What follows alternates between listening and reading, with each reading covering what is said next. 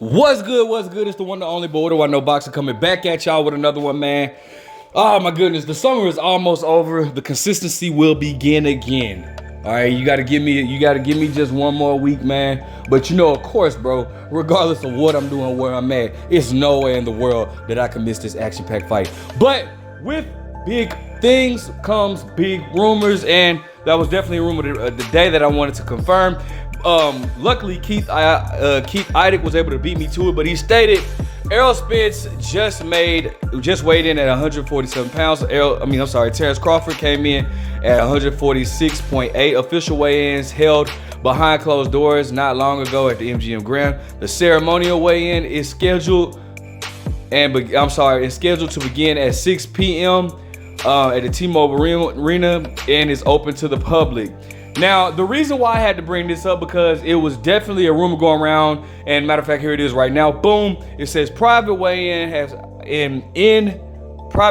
have started, and Terence Crawford has weighed 1.2 pounds over the 147-pound limit. He will have 2 hours to lose the 1.2 pounds, or he will have his WBO title stripped. Errol Spence has weighed in at 146.9. Ceremonial weigh-in begins at 6 p.m. So, all right, and that's Eastern time.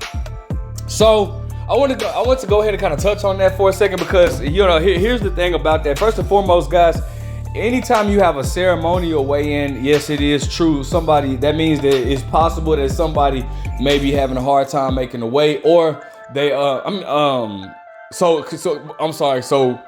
when you have a private weigh-in before the ceremonial weigh-in, I feel like that basically means somebody may be having a hard time making weight, or they don't want to miss weight in front of public, or they want to hurry up and weigh in the morning. Go ahead and weigh in the morning. That way they can have more time to eat and do whatever they want to do before the fight starts. Which I actually like that idea even better.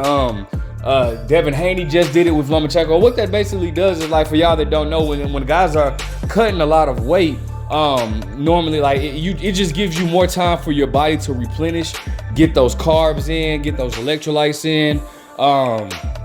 That way you'll be closer to 100% come fight night. Truth be told, nobody is actually 100% on fight night, but damn it, you can get a lot closer coming into fight night, because then you'll have more so, like, I think like 36 hours to recover and stuff. So I mean, I like the idea because anything that helps both fighters become closer to 100%, I'm down for, because that's all we want. We just want two guys at the absolute best, no excuses or anything like that. And this is a fight that, bro, I'm telling you right now, like, I've been doing all these trips and going on vacations with my family, with my daughters and everything like that. We just went to the Wolf Lodge in Texas.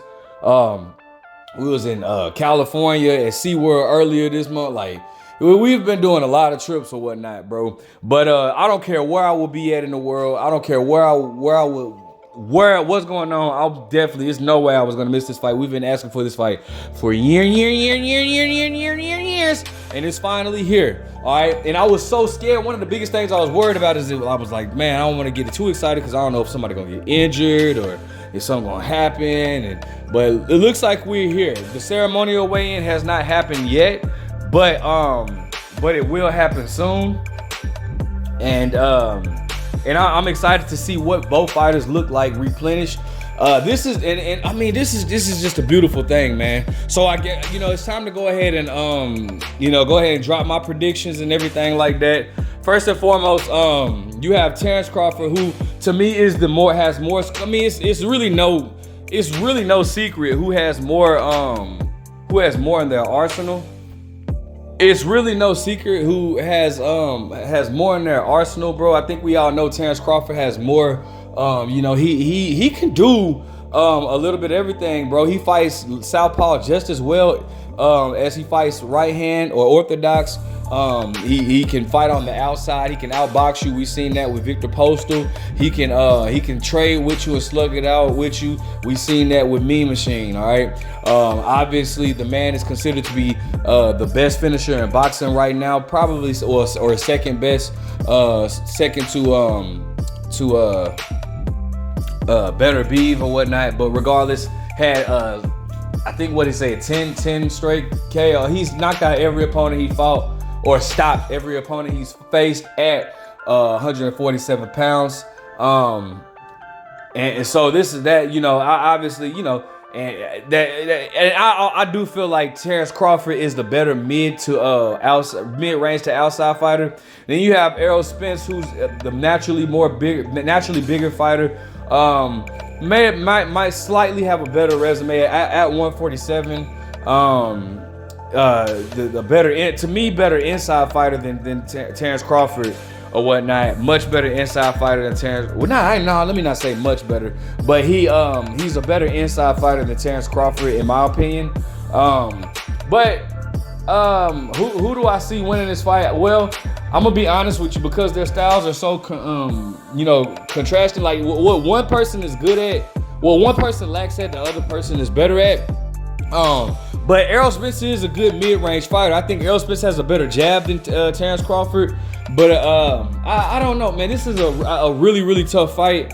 But I have Errol Spence winning 115 to 113, 7 rounds to 5. I have Errol Spence winning. I feel like Crawford is easy to get in exchanges with.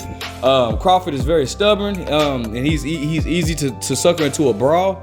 Not sucker into a brawl, I don't want to say it like that, but I think he's easier to make a statement or whatnot. If Crawford can keep the fight on the outside, then I would have Crawford winning.